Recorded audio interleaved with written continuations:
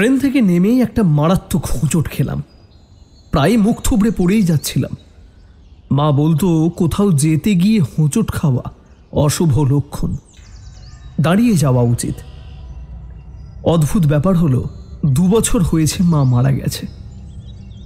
মারা যাওয়ার পর যেন মায়ের বলে যাওয়া কথাগুলো বেশি করে মেনে চলি, কিন্তু এখন আমার সত্যিই যে দাঁড়াবার সময় নেই। হুমড়ি খেয়ে পড়তে পড়তে নিজেকে সামলে নিয়ে প্রায় দৌড়তে দৌড়তে স্টেশন মাস্টারের অফিসে এসে দাঁড়ালাম। সজনেখালি থেকে বদলি হয়ে আজই এসেছি কদমতলায়।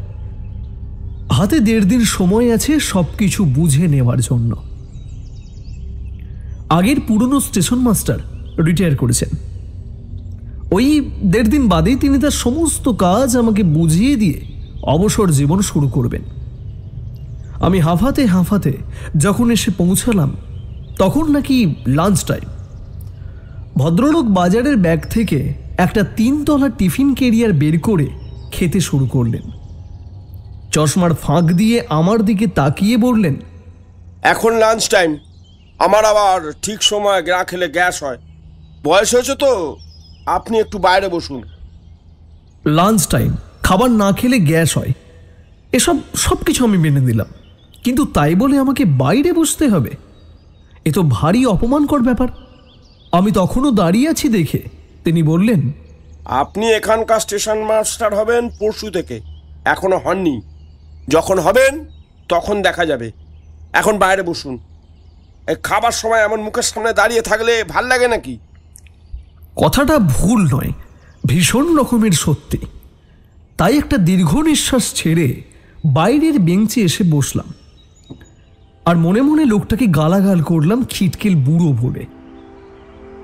লাঞ্চ টাইম প্রায় 1 ঘন্টা। কদমতলা হাওড়া স্টেশন নয়, এখানে ট্রেন দাঁড়ায় কালে ভদ্রে, তাই 1 ঘন্টা এখন কাজের পূর্ণ বিরতি বলা চলে। কিন্তু এই 1 ঘন্টা সময় আমার কাটে কি করে? এরকম কাঠের বেঞ্চে বসে বসে সামনের রেল লাইনের পাথর গুনে আর কত সময় বা কাটবে? তা ভাবলাম একটা রিক্সা নিয়ে না হয় 1 চক্কর ঘুরে আসি গ্রামটা। সরকারি চাকরি, এখন কদিন আছি সেটা তো আর বলতে পারি না, তবু কিছুদিনের জন্য তো এটাই আমার ঠিকানা, তাই না? তাই একটু জানতে হবে কেমন গ্রাম, কোথায় চায়ের দোকান, কোথায় ভাতের হোটেল, আর কোথায় বা পোস্ট অফিস। মুশকিল হলো আমার হাতের একটা সুটকেস আর কাঁধের ব্যাগ। সজনেখালির সাথে সম্পর্ক শেষ করে এখানে আসা। ব্যাচেলার জীবন ঠিকই, তবে সন্ন্যাসী তো আর নই। জামা কাপড় বইপত্তর কিছুই তো আর কম নেই, কিন্তু আপাতত এখানে হাঁ করে বসে থাকার চেয়ে এগুলোকে কাঁধে করে ঘুরে বেড়ানো ভালো। লোটা কম্বল নিয়ে বাইরে বের হতেই দেখলাম 2টো রিক্সাওয়ালা হর্ন বাজিয়ে আরোহীদের আকর্ষণ করার চেষ্টা করছে। আমি আরেকবার পিছনে স্টেশন মাস্টারের অফিসের দিকে তাকিয়ে সামনে দাঁড়ানো রিক্সায় চেপে বসলাম। কোথায় যাবেন বাবু? কদমতলা সবচেয়ে আকর্ষণীয় জায়গায় নিয়ে চলো, হাতে কিন্তু 1 ঘন্টা সময় আছে। ভেবেছিলাম আমিই বোধহয় সবচেয়ে রসিক মানুষ, আমার এমন রসিকতা গ্রামের মানুষ ধরতে পারবে না, কিন্তু মোটেই তা না। লোকটা আমার হাবভাব দেখে বুঝতে পেরেছে আপাতত 1 ঘন্টার জন্য আমার যাওয়ার জায়গা কিছু নেই। স্টেশন মাস্টার মশাই আমার আইডি কার্ডের সাথে আমার মুখের পরীক্ষা করে আমার অ্যাপয়েন্টমেন্ট লেটারটি আসল না নকল পরীক্ষা করে তাতে সিলমোহর না দিলে কোয়ার্টারেও ঢুকতে পারবো না। তাই 1 ঘন্টা উদ্দেশ্যহীনভাবে ঘুরু ঘুরু করা ছাড়া আমার আর কোনো উপায় নেই। লোকটা একবার আমাকে আরেকবার আমার বাক্স প্যাডরার দিকে তাকিয়ে বলল, তা ওই কি যেন বললেন, আকর্ষণীয়, ওটা কেমন জায়গা চাইছেন? মানে আপনি যদি খুব আড্ডাবাজ লোক হন তাহলে এখানে আপনার সবচেয়ে মন পছন্দ জায়গা হলো ওই গোবিন্দ চায়ের দোকান। সকাল থেকে রাত লোকে ওখানে বসে গুলদানি মারে। আর আপনি যদি পেটও কন মানে খেতে যদি ভালোবাসেন তাহলে আপনি যেতে পারেন বিন্দুর মায়ের ভাতের হোটেলে। আর যদি মানে হন তাহলে চামেলি থেকে যেতে হবে। তবে এখন তো সেটা হবে নি বাবু, সেটা হতে হতে রাতের বেলা। এখন বলেন আপনি কোথায় যাবেন? লোকটার এমন ফরফর কথা বলার ঠেলায় মাথাটা চড়াত করে গরম হয়ে গেল। খেপে গিয়ে বললাম, ভূত ভূত দেখতে যাব, আপনাদের এই কদমতলায় ভূতের দেখা পাওয়া যায়? উত্তর একেবারে ঠোঁটের ডগায়। ও মা, সেটা দেখার জন্য আবার অন্য কোথায় যাবেন? এই তো স্টেশনের ধারে তাই দেখা পাওয়া যায়। রাত হোক না, বুড়ো ঘন্টা আসবে। আমি ঢোক গিরলাম। বলে কি লোকটা? সত্যি ভূত আছে নাকি? লোকটা আমার অবস্থা দেখে চোখ ছানা বড়ার মতো গোল গোল করে আমার প্রায় মুখের সামনে এসে বলল, কি হলো, ভয় পেয়ে গেলেন নাকি বাবু? কদমতলার বুড়ো ঘন্টা সারা রাত ঘন্টা বাজে এই চত্বরে ঘুরে বেড়ায়। কোনোদিন ওর পাল্লায় পড়ে গেলেন উপায় নেই। সারা রাত ঘন্টার আওয়াজ শুনে চক্কর কাটতে হবে এনে। নিজের বাড়ি, রাস্তাঘাট, এমনি নিজের নামও ভুলে যাবেন। আমি আবার ঢোক গিরলাম। এ কি ধরনের অসভ্যতাম! সবেমাত্র এদের গ্রামে পা রেখেছি আর তার সাথে সাথে এসব কি বলে যাচ্ছে লোকটা। মনে মনে বললাম, ধুর, বললেই হলো, ঘন্টা বাজিয়ে রাতের বেলায় ভূত ঘুরে বেড়ায়, আর সামনে বললে বাপের নাম থুরি, নিজের নাম ভুলিয়ে দেয়। দোষ, এসব আবার হয় নাকি? লোকটাকে অন্যদিকে ঘোরাতে হবে। ট্রেনে আসার সময় খেয়েছি, তাই খাবার খুব একটা প্রয়োজন নেই। তাই বিন্দুর মায়ের ভাতের হোটেল তো ক্যান্সেল। চামেলির ঠেকের তো কোনো প্রশ্নই নেই। তাহলে একমাত্র যাওয়ার জায়গা হলো গোবিন্দর চায়ের দোকান। চা চলতে পারে খাবার আগে, খাবার পরে, খালি পেটে, ভরা পেটে, ঘুম থেকে উঠে, ঘুমোতে যাওয়ার আগে চা সর্বত্র, সর্বক্ষণের পানীয়। আমি বেশ রং নিয়েই বললাম, আচ্ছা ঠিক আছে, থাকতে তো হবে স্টেশনের কোয়ার্টারে। তা তোমার ওই বুড়ো ঘন্টার সাথে পরে আলাপ করব, এখন না হয় চায়ের দোকানে যায় নাকি? তবু থামে না লোকটা। আরো একবার আমার লাগেজের দিকে আর আমার দিকে চোখ বুলিয়ে বলল, এই মেরেছে, আপনি কোয়ার্টারে থাকবেন মানে? আপনি কি আমাদের নতুন স্টেশন মাস্টার নাকি? হ্যাঁ। বোঝো ঠেলা। এই দেখ ভোলা, কি কাণ্ড! পাশে আরেকটি রিক্সাওয়ালা বিড়িতে দুটো টান দিয়ে বলল, আর কি বলবো বলতো জগাই, আমার কম বয়সের ছোঁড়া পাঠিয়েছে। ভগবান জানে কি যে করবে বুড়ো ঘন্টা এর সাথে। এ তো আচ্ছা মুশকিল, এরা তো আমার চাকরি নিয়ে টানাটানি শুরু করেছে। আমি এবার তাড়া দিয়ে বললাম, চলো চলো, 1 ঘন্টার মধ্যে ফিরতে হবে আমাকে। কি গোবিন্দর চায়ের দোকান না কি বলছে জানো? চলো সেখানে, চলো তাড়াতাড়ি। লোকটা বোধহয় আমার ভবিতব্যের কথা ভেবে একটা লম্বা নিঃশ্বাস ছেড়ে রিক্সার প্যাডেল ঘোরাতে শুরু করলো। উঁচু নিচু লাল মাটির রাস্তায় ঠক্কর খেতে খেতে প্রায় 15 মিনিট পরে এসে পৌঁছালাম গোবিন্দর চায়ের দোকানে। লোকটা খুব একটা ভুল বলেনি। এই দুপুর রোদেও 2 টাগমাথার ভদ্রলোক চায়ের ভাঁড় হাতে আসর জমিয়েছেন। কি নিয়ে কথা হচ্ছিল জানি না, তবে রিক্সা থেকে নামার সময় যে কথাটা কানে এলো সেটা হলো, এমন সরকারের ক্যাথায় আগুন। আর সরকারের কথা বলবেন নি বাবু, ওদের কোনো আক্কেল জ্ঞান নেই। অমনি ওই ভদ্রলোকের কথার সূত্র ধরে আমার রিক্সাওয়ালা শুরু হয়ে গেল। যে লোকটি একটি খবরের কাগজে এক চোখ রেখে অন্য চোখ চায়ের ভাঁড়ে রেখে কথাটা বলছিলেন, তিনি এবার খবরের কাগজটা ভাঁজ করতে করতে বললেন, কেন রে জগাই, তোর আবার কি হলো? সরকার তোর আবার কি করলো? আর বলবেন না, এই দেখুন না, নতুন শহরে এনেছি। এই বাবু নতুন স্টেশন মাস্টার হবেন পরশুদিন থেকে। থাকবেন ওই স্টেশনের পাশের কোয়ার্টারে। ও মা গো, সে কি কথা গো! এমন কাঁচা বয়সের ছেলেটাকে মরতে পাঠিয়ে দিল এই অজপাড়া গায়ে। ও ভুল কাজ হয়েছে। হ্যাঁ, তাহলে বুঝুন।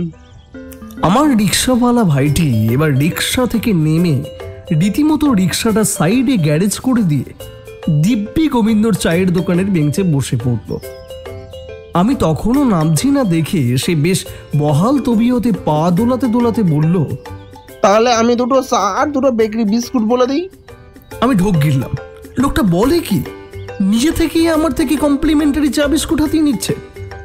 রিক্সার ভাড়া থেকে চা বিস্কুটের টাকাটা কাটবো কিনা ভাবতে ভাবতে রিক্সা থেকে নেমে পড়লাম। অবশ্য সঙ্গে লটরো বহর যা ছিল সব রিক্সার উপরেই চাপিয়ে রাখলাম। চায়ের দোকানে যারা বসেছিল তারা সব গল্প থামিয়ে হাঁ করে আমার দিকে এমন করে তাকিয়ে রইল যেন মনে হলো সত্যিই বোধহয় আমার আর ইহজগতে আয়ু বেশি দিন নেই। অবশ্য আমার মতো একটা মানুষ বেঁচে থেকেই বা কার কবে কোন কাজে এসেছে, আরও কটা দিন বাঁচলেও কারো কোনো কাজে লাগতে পারবো বলে তো মনে হয় না। কিন্তু তবু হঠাৎ এমনি এমনি বিনা কারণে পৃথিবী থেকে চলে যাওয়াটা তো আর মানতে পারা যায় না। তাই একটু জিজ্ঞাসা হয়ে সেই কাগজ পড়া ভদ্রলোকটিকে জিজ্ঞাসা করেই ফেললাম। মানে মানে বলছিলাম যে একটু বলবেন দয়া করে, মানে স্টেশনের কোয়ার্টারে থাকলে সমস্যাটা কি? আবার তাই যেন তেন সমস্যা নয়, একেবারে প্রাণ নিয়ে টানাটানি। তা ব্যাপারটা যদি আর কি মানে জানা যেত। ভদ্রলোক এমনভাবে তাকালেন আমার দিকে যেন ফাঁসির আসামি মরার আগে শেষ ইচ্ছে জানিয়েছে, আর সেই ইচ্ছে পূরণ করার দায়িত্ব পড়েছে তার উপর। আরে আর কি বলবো, এই গণ্ডগ্রামে এসে পড়েছেন, একটু আধটু বিপদ তো আছেই। আসলে কি জানেন তো, আমাদের গাঁয়ের মতো গাঁগুলোতে এখনো মন্দিরে ভগবান থাকেন, আর পোড় বাড়িতে স্টেশনের ধারে রাতের বেলাতে ভূতেদের আড্ডা হয়। তবে স্টেশন চত্বরের ওই বুড়ো ঘন্টা এই আপনাদের মতো কম বয়সী ছেলেদের উপর বড্ড খাপ্পা, ভুল পথে নিয়ে চলে যায়। একবার তো একটা ছেলেকে একেবারে ট্রেন লাইনে নামিয়ে দিয়েছিল, অল্পের জন্য বেঁচে গিয়েছিল ছেলেটা, আর একটু হলেই ট্রেনে কাঁটা পড়ে যেত। আমি আর কৌতূহল চেপে রাখতে পারছিলাম না। পাশের একটা বেঞ্চে ধপাস করে বসে বললাম, দেখুন আমার কাছে এখন 1 ঘন্টা মতো সময় আছে। বর্তমান স্টেশন মাস্টারের লাঞ্চ টাইম শেষ না হলে আমার সাথে দেখা করবেন না, আর তিনি দেখা না করলে আমার কোয়ার্টারে যাওয়ার উপায়ও নেই। তাই বলছিলাম যদি আপনাদের এই মানে বুড়ো ঘন্টার সঙ্গে আমার একটু পরিচয় করান তাহলে আর কি খুব ভালো হয়। শুনবেন? তাহলে দাঁড়ান, কাপ চা বলি। কাগজ পড়া ভদ্রলোক গুলি গুলি চোখ করে দোকানের মালিকের দিকে তাকিয়ে হুকুম করলেন, ও গোবিন্দ, 3 কাপ চা দাও তো বেশ কড়া করে। তারপর গলাটা ঝেড়ে শুরু করলেন, আজ থেকে প্রায় 20-25 বছর আগেকার কথা। এই কদমতলায় শেষ ট্রেন আসে রাত 12টার সময় হাসনাবাদ থেকে। ট্রেন বেশিক্ষণ থামে না এখানে। তা সে যাই হোক, একটি কম বয়সী ছেলে, এই তোমাদেরই বয়সী হবে। কথাটা বলেই ভদ্রলোক আবার ব্যাক গিয়ারে গেলেন। কথা বলতে বলতে খেয়ালই নেই, আপনাকে তুমি বলে ফেললাম। কি মুশকিল বলো দেখিনি, গল্প তো সবে মাত্র চালু হয়েছে, এখন আবার আপনি তুমি কে দেখতে যাই? হ্যাঁ, আরে না না ঠিক আছে, আপনি আমার চেয়ে বয়সে অনেক বড়, আর তাছাড়া তুমি না বললে কি গল্প জমে নাকি? আপনি চালু করুন চালু করুন। সেই তো তা যা বলছিলাম, একটি কম বয়সী ছেলে তার বাবাকে নিয়ে স্টেশনে নামলে। বাবার গলায় একখানা ঘন্টা বাঁধা। ভদ্রলোক চোখে দেখতে পান না, কানেও শুনতে পান না। ছেলেটি তার বাবাকে স্টেশনের এক ধারে বেঞ্চে বসিয়ে কোথাও চলে গেল। যাওয়ার সময় বাবাকে কোনো মতে কিভাবে কে জানে বুঝিয়ে গিয়েছিল যে সে খুব তাড়াতাড়ি এসে তাকে নিয়ে যাবে। বাবা যেন বেঞ্চ থেকে না নড়ে। তারপর সেই ছেলে সেই যে গেল, আর এলো না। ভোর হলো, সকাল হলো, আস্তে আস্তে বেলা বাড়তে লাগলো, কিন্তু সে ছেলের আর পাত্তা নেই। এদিকে সেই অন্ধ আর কালা বাবা না কাউকে ডেকে কিছু বলতে পারে, আর না কাউকে কিছু বোঝাতে পারে। শুধু মাঝে মাঝে উসফুস করে, আর এদিক ওদিক নড়াচড়া করলেই টুং টুং করে তার গলার ঘন্টাটা নড়ে। মনে মনে সেই কুলাঙ্গার ছেলেকে সাপ সাপান্ত করলাম। সদ্য সদ্য মাকে হারিয়ে আরো বেশি করে বাবা মায়ের অভাবটা বুঝতে পারছে। ভদ্রলোক আমার দিকে তাকিয়ে বললেন, আপনি হয়তো ভাবছেন ছেলেটি তার অসহায় বাবাকে স্টেশনে রেখে কেটে পড়েছে, কিন্তু রহস্য তো এইখানেই, ছেলেটা গেল কোথায়? স্টেশনে তারা শেষ ট্রেনে নেমেছিল, আর ভোর 6টার আগে কোনো ট্রেন ছিল না। ছেলেটি গ্রামে কারো বাড়ি এসেছিল কিনা জানা নেই, অন্তত তখন এমন কথা কেউ স্বীকার করেনি। রাতে কারো বাড়ি থেকে ভোরে চুপি চুপি কেটে পড়েছে এমনটাও হয়নি। আমাদের গাঁয়ের মানুষ তেমন করে মিথ্যে কথা বলতে পারে না, তাই এটা সত্যি ওই বুড়োর ছেলে কোথায় গেছে কেউ জানে না। এদিকে দিন যত বাড়তে থাকে সে বুড়োর অবস্থা তত শোচনীয় হতে থাকে। একসময় সে হাতড়ে হাতড়ে স্টেশনের এই মাথা থেকে ও মাথা ছুটে বেড়ায়। তার গলার টুং টুং আওয়াজ শুনে সবাই সরে গিয়ে রাস্তা করে দেয়, কিন্তু তার ছেলের তো আর দেখা নেই। দিন কেটে গেল, রাত হলো। বুড়ো বাবা হাঁপিয়ে গিয়ে স্টেশনের এক ধারে বসে পড়ল। লোকজন খাবার দিতে আসে, জল দিতে আসে।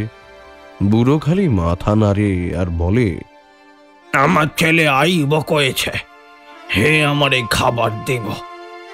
তখনকার স্টেশন মাস্টার অনেকবার চেষ্টা করেছিলেন ভদ্রলোককে কোয়ার্টারে নিয়ে যাওয়ার, কিন্তু বুড়োর সেই এক কথা, আমার ছেলে কইছে আমারে ঠিক এইখানে বইয়া থাকতে। বুড়ো ওইভাবেই বসে থাকে। লোকে হাজার বললেও কারো কথায় কান দেয় না। শরীরে যখন একটু তেজ আসে তখন স্টেশনে দৌড়ে বেড়ায়, আর যখন হাঁপিয়ে যায় তখন ঠিক যেইখানটায় তার ছেলে তাকে বসিয়ে রেখেছিল সেখানে এসে বসে থাকে। তবে ওই 3-4 দিন মতন। একটা বুড়ো লোক না খেয়ে না দে আর কতদিন বাঁচতে পারে। একদিন ভোরবেলা সকলে দেখল বুড়োটা মরে কাঠ হয়ে স্টেশনের ধারে পড়ে আছে। রাতেই বোধহয় মরে গিয়েছিল আর কি। বুড়োর ছেলের তো আর কোনো খোঁজ পাওয়া গেল না। গ্রামের লোকেরাই বুড়োর সৎকার করল, কিন্তু 3 দিন পর রাতের বেলা স্টেশন মাস্টারের কোয়ার্টারের চারিদিকে শোনা যেতে লাগলো এই টুং টুং শব্দ। ঘন্টার আওয়াজটা এতদিনে সকলের চেনা হয়ে গিয়েছিল। স্টেশন মাস্টারের আবার সাহস বলিহারি। আওয়াজ শুনে বেরিয়ে এসেছিলেন।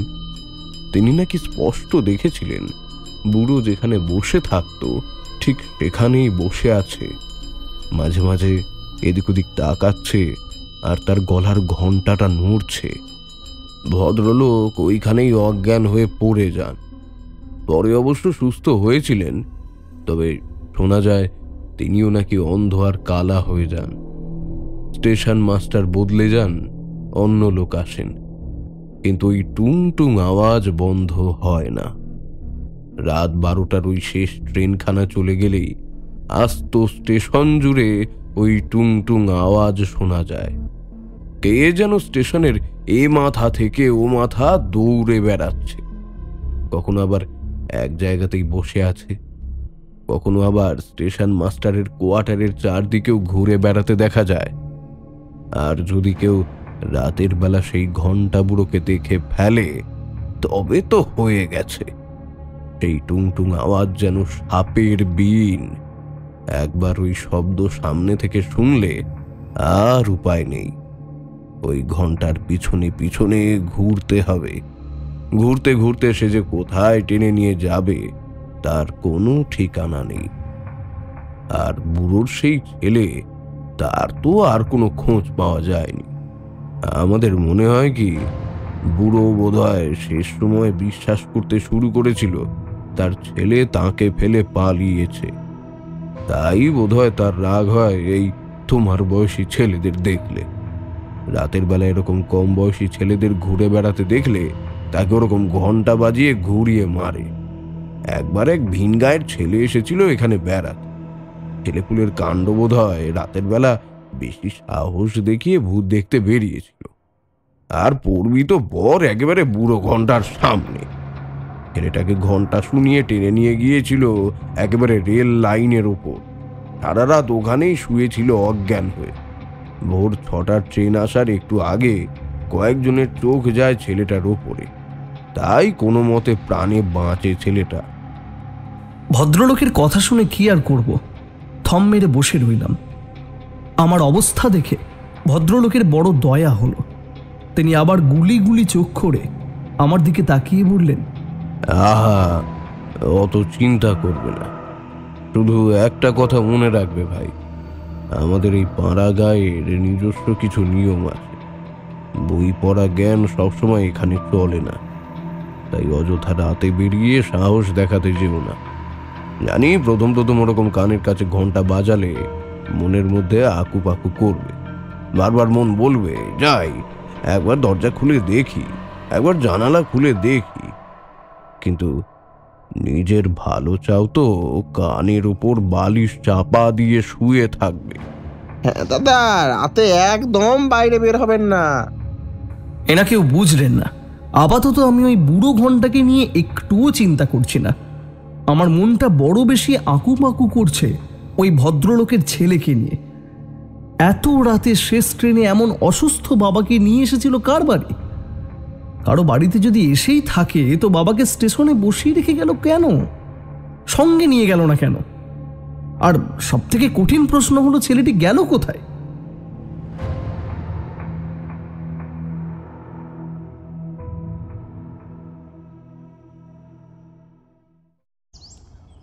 কোথায় ছিলেন 1 ঘন্টা? গায়ে এসেই ঘুরঘুর করতে বেরিয়ে পড়েছিলেন বুঝি? তা ভালো, কিন্তু সিনিয়র হিসাবে একটু সাবধান করে দিচ্ছি, এই গায়ে বেশি ঘুরে বেড়াবেন না। বর্তমান স্টেশন মাস্টার আমার কাগজপত্র দেখতে দেখতে বেশ কয়েকবার আমার দিকে তাকিয়ে মন্তব্যগুলো করলেন। আমার অবশ্য এর আগেই কারণটা জানা হয়ে গেছে। আমি আর বেশি কিছু না বলে হাতের লট বহরের দিকে তাকিয়ে জিজ্ঞাসা করলাম, মানে বলছি আমি থাকবো কোথায়? তিনি চশমার ফাঁক দিয়ে আমার দিকে তাকিয়ে বললেন, আপনি তো একা, মানে সাথে তো আর কেউ নেই। দেখুন, আমার তো আবার এখানে এতদিনের সংসার পাতা ছিল। বউ ছেলে পুলে নিয়ে আমার ঘর কখনো ছাড়তে কয়েকদিন সময় লাগবে। তবে পেছনের দিকের একখানা ঘর আমার স্ত্রী আপনার জন্য ঝেড়ে পুছে রেখেছে। এই 3-4 দিন আপনি বরং ওখানে থেকে যান, তারপর না হয় পুরো কোয়ার্টারে আপনি একাই থাকবেন। একা মানুষ তো, থাকতে আর কত জায়গা লাগে। আমি আর কি বলবো? ভদ্রলোক নিজেই আমার কি লাগে না লাগে সে বিষয়ে এত কিছু অনুমান করে নিয়েছেন যে এরপর আমার আর কিছু বলার চলে না। আমি সহাস্য বদনে মাথা নেড়ে চলে এলাম। স্টেশন থেকে কোয়ার্টারের দিকে হাঁটছি, দেখি পিছনে রিক্সার প্যাপ ও হর্নের আওয়াজ। জগাই আসছে পিছনে পিছনে। চলে আসুন, আপনাকে পৌঁছে দিই। আরে না না, লাগবে না, ওই তো সামনেই কোয়ার্টার, এইটুকু পথ হেঁটেই চলে যাবো, চাপ নিও না। অবশ্য কাঁধটা আমার বলছে বটে, চেপে বস না বাপ, তোর বইয়ের ভারে আমি যে ঝুলে গেলাম। কিন্তু তাই বলে এইটুকু রাস্তা যেতে কি আর রিক্সা চাপা যায়? কিন্তু জগাই ছাড়ার ছেলে নয়, সে তার প্যাপু হর্ন বাজিয়ে চলছেই পিছনে। আমি অবাক হয়ে তাকাতে সে বেশ খেঁকিয়ে উঠে বলল, আরে বসুন তো, পয়সা দিতে লাগবে নি। অত বড় দুটো ব্যাগ নিয়ে আর হাঁটতে হবে না। তাছাড়া আপনি ভালো লোক, আপনি একা মানুষ, কোন দিকে কি করবেন? চলুন আপনার ঘরখানা গুছিয়ে দিয়ে আসি। বুঝলাম তখন আমাকে গল্প শোনানোর নাম করে চা খেয়েছে, এখন ঘর গোছানোর নাম করে আরো বেশি কিছু উবড়ির আশায় আছে। তবে সেগুড়ে বালি, এখন তো কোনো মতো একটা ঘরে রাত কাটাতে হবে। 3-4 দিনের আগে তো আর খোলামেলাভাবে থাকার কোনো উপায় নেই। তবে অত কথা না বলে উঠে পড়লাম জগাইয়ের রিক্সায়। রিক্সাও প্যাপু করতে করতে খানিক হোঁচট খেতে খেতে মিনিট 2-1 মধ্যে এসে পৌঁছালো কোয়ার্টারে। রিক্সা থেকে নামতেই আমাকে পিছনের দিকে একটা ঘর দেখিয়ে দেওয়া হলো। ঘরটা যেন কেমন স্যাঁতস্যাঁতে। জগায় আমার বড় সুটকেসটা হাতে নিয়ে ঢুকেই নাকে গামছা চাপা দিয়ে বলল, ইস কি গন্ধ, কিছু মরে পচেছে নাকি? আমি ঘেন্নায় নাক কুঁচকে এদিক ওদিক তাকালাম। ঘরটা সেলুলার জেলের ঘরের থেকে আর ইঞ্চি 2 বড় হবে বোধহয়। ঘরটাকে ঠিক থাকার ঘর বলা যায় না। সংসারে টুকিটাকি কিছু ফেলার কিছু না ফেলার জিনিসে ভর্তি করে রাখার জন্য ওই একখানা ঘর বলা যেতে পারে। আগের স্টেশন মাস্টার বোধহয় এই ঘরটা স্টোর রুম হিসাবে ব্যবহার করতেন। এখন চলে যাবেন বলে জিনিসপত্র বাঁধা ছাঁধা চলছে, তাই ঘরখানায় আমাকে থাকতে দিলেন। সে যাই হোক, ঘরটাকে এক নিমেষে আদ্যপান্ত চোখ বুলিয়ে দেখে নেওয়াই যায়। ইঁদুর, বেড়াল, টিকটিকি কিছুই পেলাম না। আর জগায়ের নাক ছিটানোর মতো কোনো গন্ধ কিন্তু আমার নাকে এলো না। আমি কাঁধের ব্যাগটা মাটিতে এক কোণায় রেখে তার পাশেই পা ছড়িয়ে বসে পড়লাম। কোথায় সেরকম কিছু তো দেখছি না। জগাই নাকটা কুঁচকে দু একবার টানল, তারপর চারিদিক দেখে সুটকেসটা রেখে সেও বসে পড়ল। তাই তো, ঘরে ঢুকতে একটা বিশ্রী গন্ধ নাকে এসে লাগলো। তারপর নিজেই সেই রহস্যের সমাধান করে বলল, হবে হয়তো, বাইরে থেকে এলাম তো, ঘরখানা একদম ভ্যাপসা, আলো বাতাস খেলে না। এই ঘরে থাকবেন কি করে, আর শোবেনি বা কোথায়? আরে ও ঠিক আছে, গরমকাল তো মাটিতে শুয়ে পড়বো, চাপ নিও না। 3-4 দিনের তো ব্যাপার নাকি। কি বলছেন কি? রাতের বেলায় জানলা খোলা থাকলে পুরো ঘন্টা এসে ঘন্টা বাজাবে, আর জানলা দরজা খোলা না থাকলে ঘরে থাকতে পারবেন? আমি মনে মনে রাতের দৃশ্যটা কল্পনা করে নিয়ে খানিকটা ভয় পেলাম, কিন্তু আপাতত উপায় তো আর নেই। তাই আবার একটু মুচকি হেসে বললাম, আরে ও হয়ে যাবে, এই তো কটা দিনের ব্যাপার, তারপর তো পুরো কোয়ার্টার জুড়েই আমি থাকবো। জগায় মুখটা চোঙা করে বলল, দেখুন কি করবেন, আমি চললুম। আহা, বেচারা সন্ধ্যের টিফিনটা করা হলো না। আমি তাড়াতাড়ি ওর হাতে 10টা টাকা গুঁজতে গেলাম, কিন্তু নিল না। থাক না, বুঝলেন তো আপনি, আবার না হয় পরে কখনো হবে এসব। কেমন একটা বৈরাগ্যের হাসি হেসে চলে গেল জগায়। আমি আবার আমার ঘরটা দেখতে লাগলাম। একটা মোটা বেড কভার আছে, সেটা মাটিতে বিছিয়ে শুয়ে পড়া যাবে। আমার যা ক্ষুদ্র সামর্থ্য আছে তাই দিয়ে এই ঘরখানাকে বাসোপযোগী করতে উঠে পড়ে লাগলাম। রাতের খাবারটা অবশ্য পুরনো স্টেশন মাস্টারই নেমন্তন্ন করে খাওয়ালেন। মিথ্যে বলবো না, খাওয়াটা খুব একটা মন্দ ছিল না। যাওয়ার আগে তিনি বারবার সাবধান করে দিলেন যাতে রাতে ঘরের দরজা জানালা না খুলে। কিন্তু এই গরমে জানলা দরজা না খুলে ঠিক কিভাবে থাকবো তার কোনো সদ উপদেশ দিলেন না। ঘরে একটা পাখাও নেই। ঘরে এসে দরজা জানলাটা বন্ধ করতেই একদম প্রায় পুরোপুরি সেলুলার জেল হয়ে গেল। হ্যারিকেনের ছোট্ট আলোটাও মনে হচ্ছে যেন ঘরের সব অক্সিজেন শুষে নিচ্ছে। তাই বাধ্য হয়ে সেটাও বন্ধ করে দিলাম। বই পড়ে সময় কাটানোর সামান্য সম্ভাবনাটুকুও নষ্ট হয়ে গেল। একটা ঘোর কালো ভ্যাপসা অন্ধকারের মধ্যে শুয়ে আছি। ছোটবেলায় হাত পা কেটে ছড়ে যাওয়াতে কান্নাকাটি করলে মা বলতেন, একবার আমাদের দেশের বিপ্লবীদের কথা ভাবতে, তারা কত কষ্ট করেছেন, কত রক্ত ঝরিয়েছেন, তুই এই সামান্য কেটে যেতেই কান্নাকাটি জুড়ে দিয়েছিস। আজ এই অন্ধকার ঘরে শুয়ে শুয়ে মনকে সান্ত্বনা দিলাম। কি আর এমন কষ্ট, হাতে পায়ে শেকল নেই, ভোর হওয়া মাত্র এই ঘর ছেড়ে ফাঁকা উঠোনে গিয়ে লম্বা লম্বা শ্বাস নেওয়ার স্বাধীনতা আছে। এইটুকু কষ্ট সহ্য করতে পারবো না? সারাদিনের পরিশ্রমই হোক কিংবা মানসিক ধকলে, একটু বাদেই কিন্তু ঘুমটা এসে গেল। সেই ঘুমের মধ্যেই শুনলাম রাত 12টার শেষ ট্রেনটা ঝনঝন করতে করতে চলে গেল।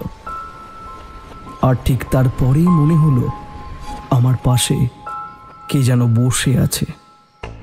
তার ফতুয়ার শেষ প্রান্তটা আমার গায়ে লাগছে।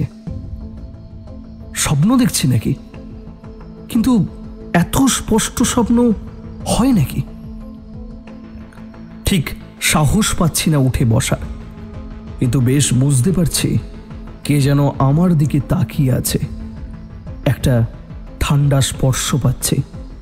ঘুমোচ্ছেন নাকি? ঘুমোতে হবে না, উঠে পড়ুন। এবার সত্যিই ধর্মর করে উঠে বসলাম। না, এটা স্বপ্ন নয়, মনের ভুলও নয়। বেশ বুঝতে পারছি আমার ঠিক পাশে একেবারে গায়ে গা ঘেঁষে কে যেন বসে আছে।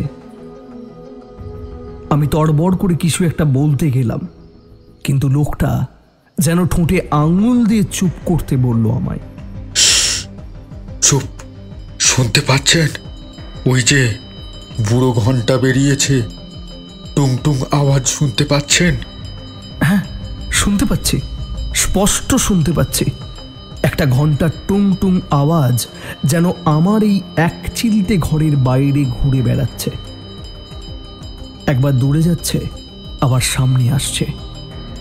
কিন্তু বুড়ো ঘন্টা তো চেনা জানা ভূত, কিন্তু এ কে? এর কথা তো কেউ বলেনি আমায়। কোনো মতে আ আ করে গলা দিয়ে একটা আওয়াজ বের হলো। সেটা দিয়ে জিজ্ঞাসা করলাম, আপনি আপনি কে? আমি সীতেশ। এ ঘরে এলেন কি করে? লোকটা যেন মুখটা আমার আরো কাছে নিয়ে এলো, তারপর যেন ফিস ফিস করে বলল, এটা তো আমার ঘর, এতকাল ধরে তো আমি আছি এখানে। কি গরম আর ভ্যাপসা না ঘরটা, এর মধ্যে আবার আমার উপরে শুয়ে আছেন, এভাবে কি থাকা যায়? লোকটা কি বলল ঠিক বুঝলাম না, তবে এটুকু বেশ বুঝতে পারছি যে আমার চারদিকের পৃথিবীটা দুলতে শুরু করেছে। সেই অন্ধকারের মধ্যেও যেন স্পষ্ট দেখলাম লোকটা আমার দিকে তাকিয়ে হাসছে। কি হলো, ভয় পাচ্ছেন নাকি? একটা আবছা কণ্ঠস্বর ভেসে এলো। সবই কেমন যেন আবছা। বাইরে বুড়ো ঘন্টার আওয়াজও আবছা আবছা শোনা যাচ্ছে।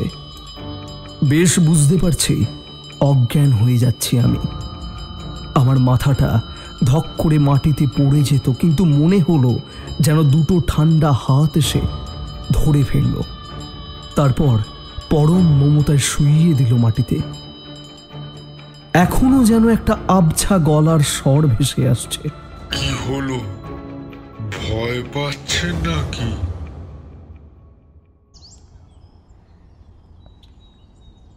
এই জন্যই বলে এসেই ঘুরঘুর করে যত সব পুড়ে গল্প শুনতে নেই। দেখুন দেখি কি কাণ্ড। আমি আপাতত স্টেশন মাস্টারের স্ত্রীর বানানো চা খাচ্ছি।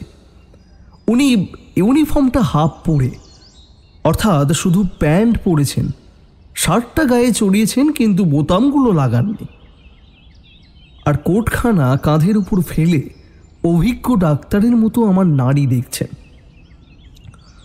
আমি একটা মোড়ায় বসে আছি, আর আমার পায়ের কাছে বসে জগাই আমার মুখের দিকে হাঁ করে তাকিয়ে আছে। সকালবেলা আমার ওই সেলুলার জেলের বন্দি দশা থেকে জগাই আমায় মুক্ত করেছে। সে বোধহয় সকালবেলা আমাকে দেখতে এসেছিল, আমি বেঁচে আছি না মরে গেছি সেটা। বেশ কয়েকবার দরজা ধাক্কা দিয়েও যখন আমি দরজা খুললাম না, তখন সে চেঁচিয়ে লোক জড়ো করেছে। তারপর দরজা ভেঙে আমাকে বার করে এনেছেন স্টেশন মাস্টার মশাই। এই সব হয়েছে এই জগাইয়ের জন্য। আস্তে না আস্তে লোকটাকে ভূতের গল্প না শোনালে হচ্ছিল না। একা একা শুয়ে না জানি কি সব ভেবে ভয় পেয়ে অজ্ঞান হয়ে গেল। ভদ্রলোক একবার নাড়ি টিপছেন, একবার একটা ছোট সুটকেসের মতো দেখতে ওষুধের ডিব্বা থেকে হোমিওপ্যাথির গুলি পটপট করে আমার মুখে ঢেলে দিচ্ছেন। আবার পাইচারি করতে করতে জগাইকে নির্বিবাদে বকে চলেছেন, আর জগাই বেচারা চুপ করে হজম করে যাচ্ছে, যেন কাল ওই ভূত সেজে আমার পাশে বসেছিল। কাল রাতের অভিজ্ঞতার কথা বলতে স্টেশন মাস্টার মশাই আর জগাই দুজনেই আমার গল্পটাকে মনের ভুল ভেবে উড়িয়ে দিয়েছেন, কিন্তু আমি যে এখনো ব্যাপারটা এত সহজে উড়িয়ে দিতে পারছি না। বুড়ো ঘন্টার টুংটুং আওয়াজ আমিও শুনেছি, কিন্তু তার থেকেও স্পষ্ট দেখেছি গাঢ় অন্ধকারের মধ্যে বসে থাকা সেই লোকটাকে। তার গলার আওয়াজ আমি শুনেছি, এমনকি তার ফতুয়ার ডগাটা পর্যন্ত আমার গায়ে লেগেছে। নতুন স্টেশন মাস্টার বাবু আজ রাতে আমার বাড়ি গিয়ে থাকবেন।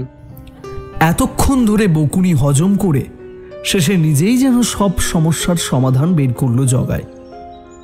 স্টেশন মাস্টার মশাই এই কথা শুনে একেবারে হাঁ করে তাকিয়ে কি যেন ভাবলেন, তারপর আবার খেঁকিয়ে উঠে বললেন, আরে কে রে এলেন?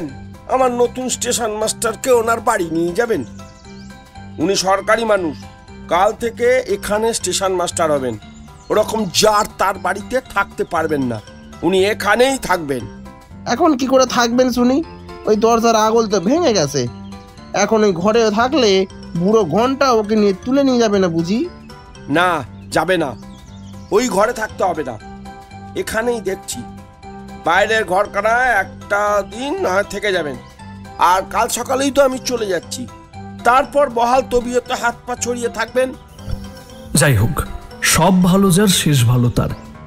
ভদ্রলোক রাগ করেই হোক আর মান করেই হোক, একটা মানুষের থাকার মতো জায়গা তো আমাকে দিলেন রাতে থাকার জন্য। কিন্তু রাত হতেই প্রথম রাতে বেশ ভালো ঘুম এসে গিয়েছিল। আগের দিনের মতো ছেঁড়া ছেঁড়া নয়, বেশ পরিষ্কার ঘুম এসেছিল। কিন্তু ঠিক 12টার ট্রেনের ঝনঝন আওয়াজটা কানে আসতেই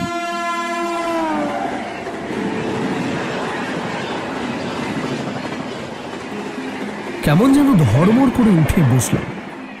ট্রেনটা চলে গেল ঝনঝন করতে করতে। চারিদিক আবার নিস্তব্ধ, শুধু স্টেশন মাস্টার মশাইয়ের নাক ডাকার আওয়াজ কানে আসছে, আর একটা ঢকঢক আওয়াজ। আওয়াজটা আসছে কালকের ওই সেলুলার জেলের বন্দিগৃহ থেকে। ব্যাপারটা আর কিছু নয়, দরজার শিকলটা ধাক্কাধাক্কিতে ভেঙে গেছে। পাল্লা দুটো শুধু আলগা করে ভেজানো ছিল, তাই হাওয়া লেগে দরজাটা ঢকঢক করে আওয়াজ আসছে। বুড়ো ঘন্টার টুংটুং আওয়াজ এখনো শুনতে পাচ্ছি না। বোধহয় বুড়ো এখনো তার ছেলেকে খুঁজতে বের হয়নি। আমি আবার শুয়ে পড়তে গেলাম, কিন্তু ওই পেছনের ঘরে ঢকঢক আওয়াজটা কেমন যেন বড্ড বেশি অস্বস্তিকর। দরজাটা ভালো করে বন্ধ করার উপায় নেই কিছু, অন্তত যদি মোড়াটা দিয়ে দরজাটা আটকে রাখা যায়। এই রাতে বাইরে বের হচ্ছি দেখলে হয়তো কুরুক্ষেত্র বাঁধিয়ে দেবে, কিন্তু ওই আওয়াজটার বেশিক্ষণ কানে নেওয়া যাচ্ছে না যে। আস্তে আস্তে দরজা খুলে পিছনের দরজার কাছে এলাম। দরজার ফাঁক দিয়ে জমাট বাঁধা কালো অন্ধকারটা দেখা যাচ্ছে। আমি একবার চারপাশটা দেখে নিলাম। না, আপাতত কিছু দেখতে পাচ্ছি না। একবার ঢোক গিলে দরজাটা টেনে আটকে মোড়াটা রাখতে যাব, আবার যেন সেই গলাটা শুনতে পেলাম। থাক না, একটু হাওয়া আসছে, আসতে দিন না। বাবা আসবে, এক্ষুনি যদি কোনোভাবে এসে পড়ে হয়তো দেখা হয়ে যাবে। কোথা থেকে আসছে আওয়াজটা? আমি চমকে এদিক ওদিক তাকালাম। আমার পিছন থেকে আসছে নাকি সামনে থেকে? আওয়াজটা ঠিক কোথা থেকে আসছে ধরতে পারছি না। একটু পরে আবার সেই আওয়াজ। ওদিকে নয়, ঘরে আসুন না, একটু কথা বলি। এই ঘরে কেউ আসে না, আসুন না। সামনের সেই এক চিলতে ঘরের দরজাটা যেন হাট করে খুলে গেল। গাঢ় অন্ধকারের মধ্যে বেশ স্পষ্ট বোঝা যাচ্ছে কেউ যেন বসে আছে, হাঁটু দুটোকে বুকের কাছে মুড়ে। আমি পাথরের মূর্তির মতো দাঁড়িয়ে রইলাম দরজার ঠিক সামনে। আসুন, ভেতরে আসুন। আপনি কি ভয় পাচ্ছেন? আমি যেন কোনো এক অদৃশ্য সুতোর টানে ক্রমশ এগিয়ে যাচ্ছি ঘরের ভেতরে। বসুন, গল্প শুনবেন নাকি? ভূতের মুখে ভূত হওয়ার গল্প? আপনি তো গল্প শুনতে ভালোবাসেন। কদমতলায় এসেই বুড়ো ঘন্টার গল্প শুনলেন, এবার একবার আমার গল্পটা শুনবেন নাকি? আপনি আপনি কে কে কে কে আপনি? আমার গলা দিয়ে কাঁপা কাঁপা স্বরে বের হলো কথাটা। ও মা, ভুলে গেলেন নাকি? কাল যে বললাম আমার নাম সীতেশ। আজ থেকে 25 বছর আগে আপনাদের মতোই একটা জীবিত মানুষ ছিলাম। এখন মরে গেছি। এই ঘরেই মাটির নিচে আছি 25 বছর ধরে। এই ঘরে কেউ আসেনি তো আগে, তাই আর কারোর সাথে দেখা হয়নি। কেমন যেন সন্দেহ হলো আমার, কিন্তু বলতে গিয়ে আবার গলাটা কেঁপে গেল। কিছুতেই যেন স্বাভাবিক হতে পারছি না। এই অবস্থায় স্বাভাবিক হওয়া যায় না বোধহয়। আপনি কি তবে সেই ছেলে যে 25 বছর আগে বাবাকে স্টেশনে বসিয়ে চলে গেছিলেন আর আর ফিরে আসেননি? এই তো একদম ঠিক ধরেছেন। কি ভেবেছিলেন বলুন তো? আমি এক কুলাঙ্গার ছেলে, বৃদ্ধ অসুস্থ বাবার দায়িত্ব নিতে না পেরে স্টেশনে ফেলে পালিয়ে এসেছিলাম? এখন বোধহয় একটু সাহস হয়েছে। আস্তে আস্তে ঘরে ঢুকে বসে পড়লাম। অস্বীকার করব না, প্রথমে এমনটাই ভেবেছিলাম, কিন্তু গ্রামের লোক বলল আপনাকে গ্রামের কারো বাড়িতে রাত কাটাতে দেখা যায়নি, ভোরের ট্রেনে উঠতে দেখা যায়নি। আপনি শেষ পর্যন্ত রহস্য হয়েই থেকে গেছেন।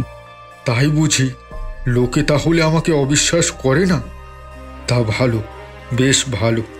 সেদিন তবে কি হয়েছিল? আপনি অত রাতে বাবাকে নিয়ে এই স্টেশনে এলেনই বা কেন? শুনবেন সেই কথা। ভদ্রলোক অতি উৎসাহে আমার আরও কাছে এগিয়ে এলেন। আমি ভয় পেয়ে ছিটকে সরে গেলাম। কি হলো, আবার ভয় পেয়ে গেলেন নাকি? আরে আমি কিছু করব না।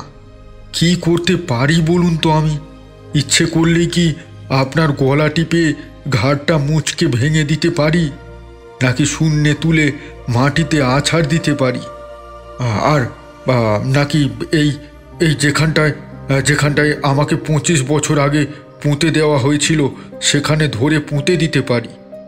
না, আমরা হচ্ছি চিরকালের অসহায় জীব, মধ্যবিত্ত সাধারণ মানুষ। বেঁচে থাকতেও কিছু করতে পারি না, মরে গিয়েও কিছু পারি না। উচ্চবিত্ত বিত্তবান মানুষরা কেড়ে খেতে পারে, নিম্নবিত্তরা হাত পেতে চাইতে পারে, আর আমরা না কেড়ে খেতে পারি আর না ভিক্ষা করতে পারি। আমাদের চাওয়া পাওয়াগুলো শুধু চিরকাল দেওয়ালে মাথা ঠুকে ঠুকে মরে এসেছে। মরার পরেও একই ব্যাপার, কিছুই করতে পারিনি এতকাল ধরে। 25টা বছর ধরে এই দম বন্ধ করা ঘরে আটকে মরে পচে শুধু অপেক্ষা করে গেছি।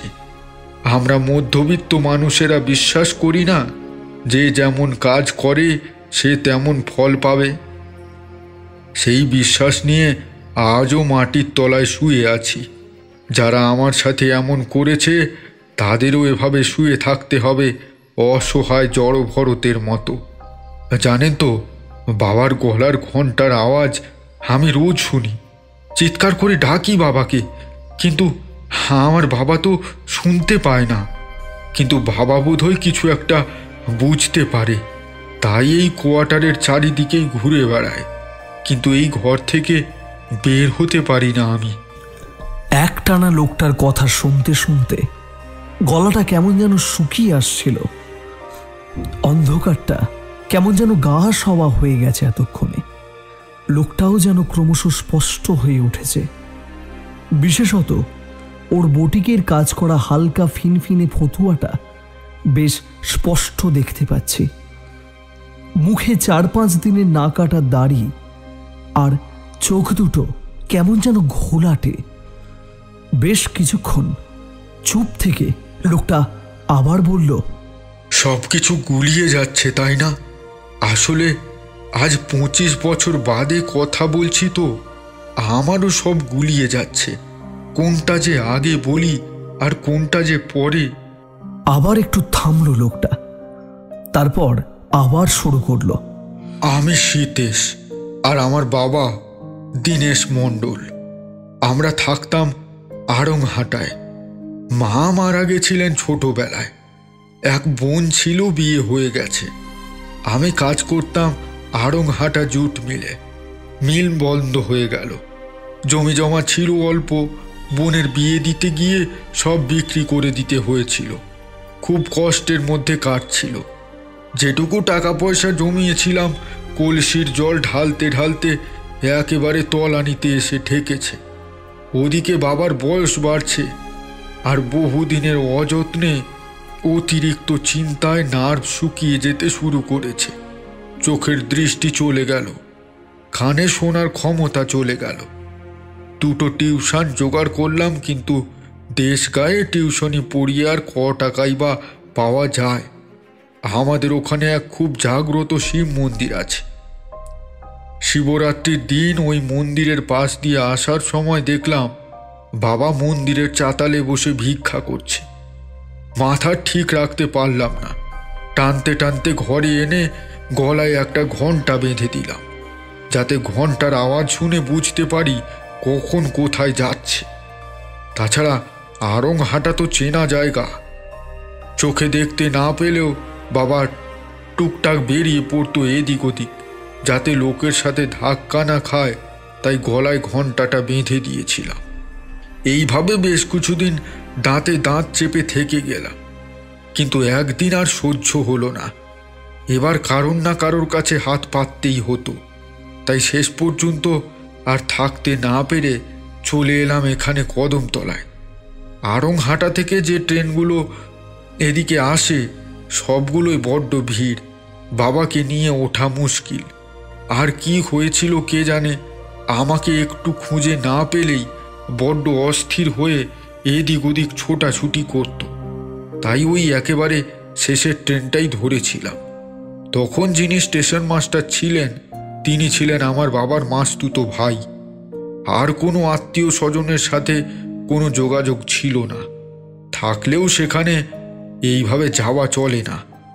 বেশি কিছু চাইনি বুঝলেন, থাকার জন্য একচিত্তে ঘর আর একটা কাজ।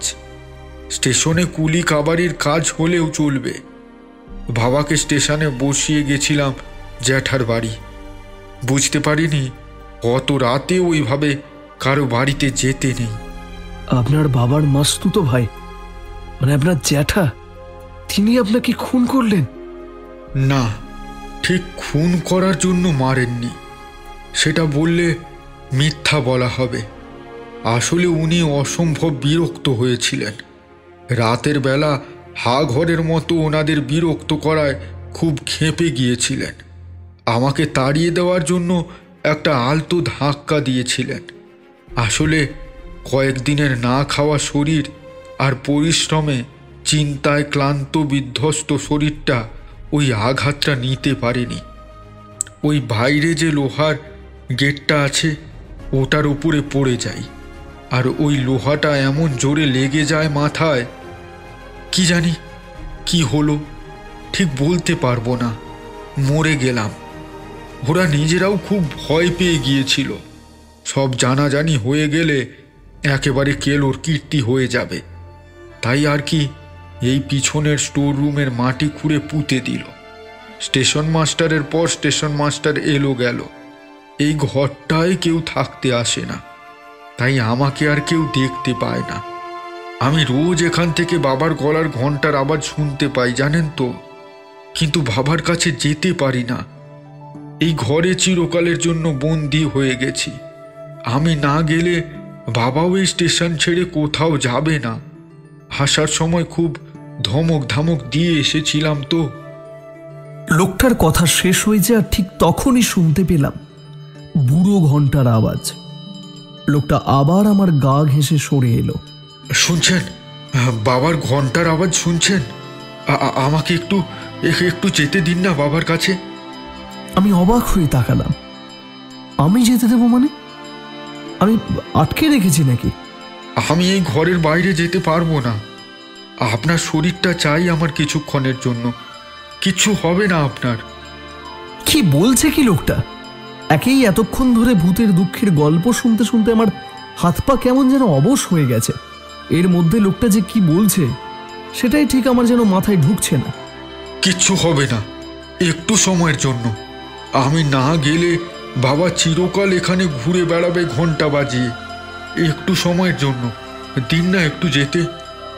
লোকটা এবার আমার দুটো কাঁধ ধরে আমার বুকের মধ্যে মাথাটা ঢুকিয়ে যেন সত্যি সত্যি শরীরের ভেতরে ঢোকার চেষ্টা করতে লাগলো। আমি ভয়ে আর্তনাদ করে উঠলাম। লোকটাকে ঠেলে সরাতে গেলাম, কিন্তু কিন্তু এ যেন নাছোড়বান্দা, আঠার মতো আমার শরীরের সাথে লেগে রইল। আর শুধু একটা হালকা কথা কানে ভেসে আসছে, কখনো খুব কাছ থেকে আর কখনো অনেক দূর থেকে। কিচ্ছু হবে না, একটু সময়ের জন্য। আমি না গেলে বাবা চিরকাল এখানে ঘুরে বেড়াবে ঘন্টা বাজিয়ে। একটু সময়ের জন্য দিন না একটু যেতে। তারপর আর ঠিকমতো কিছু বলতে পারবো না, সবটা ঠিক মনে নেই। মনে হয় আবার অজ্ঞান হয়ে গিয়েছিলাম। কিছু কিছু ছেঁড়া ছেঁড়া ছবি চোখের সামনে স্বপ্নের মতো ভেসে উঠেছিল। মনে হচ্ছিল সীতেশের সাথে দেখা হয়েছিল তার বুড়ো বাবার। দুজনের যেন কথা হলো। তারপর দুজন হাত ধরাধরি করে রেল লাইনের ওপর দিয়ে হেঁটে গেল বেশ খানিকটা। তারপর সব অন্ধকার, আর কিছু দেখতে পেলাম না। শুধু কানে বুড়ো ঘন্টার টুংটুং ঘন্টার আওয়াজটা শোনা গেল বেশ খানিকক্ষণ ধরে।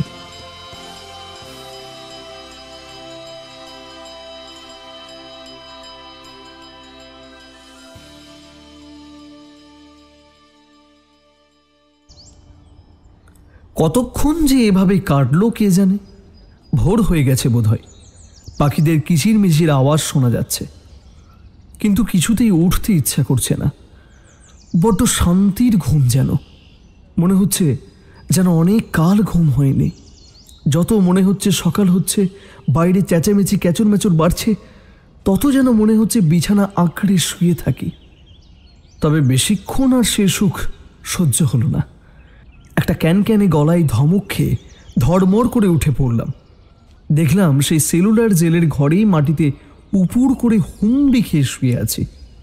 আর দরজার ওপারে স্টেশন মাস্টার মশাই গলা একেবারে সপ্তমে চড়িয়ে বকে চলেছেন। দেখো কাণ্ড, কাল তো অজ্ঞান হয়ে এমন কাণ্ড দেখালেন যে এই ঘরে রাতে থাকতে দিয়ে যেন রীতিমতো আপনার উপর অত্যাচার করা হয়েছে। আবার গ্রামে আসতে না আসতেই কয়েকটা তোষামোদের লোকও জুটিয়ে নিয়েছেন দেখছি। একেবারে ভোর না হতেই খবর নিতে চলে আসে। এদিকে আবার মাঝরাতে এসে এই ঘরেই শুয়েছেন। তো আসার আগে তো একবারটি বলে আসতে হয়। আমি বলে ভোরবেলা আপনাকে দেখতে না পেয়ে কত কি ভেবে বসলুম, আর এখানে এসে দেখি কিনা আপনি দিব্যি ঘুমোচ্ছেন। এই যে বললেন এখানে নাকি ভূত আছে, রাতের বেলা সে নাকি আপনার সাথে গল্প করে গেছে। আগের দিন জগাই এসেছিল। আজ দেখলাম জগাইয়ের সাথে সেই কাগজ পড়া ভদ্রলোকটিও এসে হাজির হয়েছেন। সব বুঝি যত সব নাটকবাজের দল, আমাকে কোয়ার্টার থেকে তাড়ানোর মতলব। আসলে এই ঘরে আপনি থাকতে পাচ্ছেন না, তা সে কথাটা ভালো মুখে বললেই তো হয়। আমাকে কিছু বলতে দিলে তো বলবো, অবশ্য ঠিক বলতে পারার অবস্থায় নেই আমি। আশপাশে হাতড়ে হাতড়ে দেখছি এখনো। কালকের রাতটাকে খোঁজার চেষ্টা করছি। ভদ্রলোক এখনো নিজের মনে বকে চলেছেন। আমার মুখের সামনে ঝুঁকে এসে বললেন, এই যে মশাই, আজকে তো আপনি স্টেশন মাস্টার। প্রথম ট্রেনটা তো আপনাকে ছাড়াই বেরিয়ে গেল, বাকিগুলো দেখুন গে যান। রাতে ফিরে এসে দেখবেন কেউ নেই। আমি কিন্তু সকালের মধ্যেই চলে যাচ্ছি। ভদ্রলোক সত্যিই আমার উপর ভীষণ রেগে গিয়েছেন, কিন্তু ভদ্রলোকের রাগ ভাঙানোর সময় আমার হাতে একেবারে নেই। তাড়াতাড়ি আগে অফিসে যেতে হবে। সব থেকে বড় কথা, আগে চান টান করে নিয়ে নিজের এই বোমভোলা অবস্থাটাকে দূর করতে হবে। সব কিছু সামলে যখন সন্ধেবেলা আবার কোয়ার্টারে ফিরলাম, তখন দেখি সত্যি স্টেশন মাস্টার মশাই চলে গিয়েছেন ঘর ফাঁকা করে। দিন কত কেটে গেছে। আমি এখানে আস্তে আস্তে বেশ ডালপালা মেলে বসেছি। রাতে বেশ কিছুদিন প্রায় জেগে বসে থেকেছি, কিন্তু বুড়ো ঘন্টার আওয়াজ শুনতে পাইনি। পিছনের ওই এক চিলতে ঘর থেকেও কোনো শব্দ আসেনি। ব্যাপারটা আরো ভালো করে জানার জন্য একদিন জগাই এবং আরো কিছু গ্রামের লোক জুটিয়ে পিছনের ঘরের মাটিটা খুঁড়ে ফেললাম। বেশি না, একটু খুঁড়তেই বেরিয়ে এলো একটা আস্ত মানুষের কঙ্কাল, আর তার গায়ে জড়ানো আছে একটা বাটিকের ফতুয়া।